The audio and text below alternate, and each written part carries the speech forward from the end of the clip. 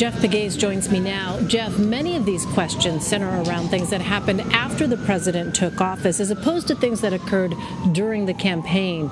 Were any of these questions surprising to you? Well, I think the one that stood out was the one about whether the president may have had any knowledge about any type of outreach from Paul Manafort, who's the former campaign chairman, to Russian operatives for help during the campaign. And so that was one question that really stood out. That is something that we hadn't heard before. That type of assertion and that line of questioning was certainly new. But what this line of questioning shows is how broad the scope of the Mueller investigation is and how it perhaps pertains to the president.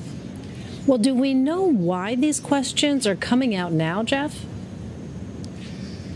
Well, there is one line of thought, is that this leak has but one target, and that is the president, and but one purpose, and that is to show the president the scope of this Mueller investigation and the potential legal pitfalls that he could face if he does sit for an interview.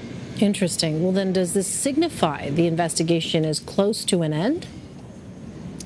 It is hard to tell, but typically in big cases like this, investigators wait till the end to question someone at the level of a President Trump, for example. So there are some signs here that this is an investigation that is close to wrapping up, and if that's not the case, an investigation that is perhaps in its final stages. And one other indication of that is the scope of these questions and the specificity included in some of these questions. Typically, when you have all of these questions aimed at a particular person, the president in this case, investigators already know the answers to a lot of these questions, and keep in mind, 19 people have been indicted.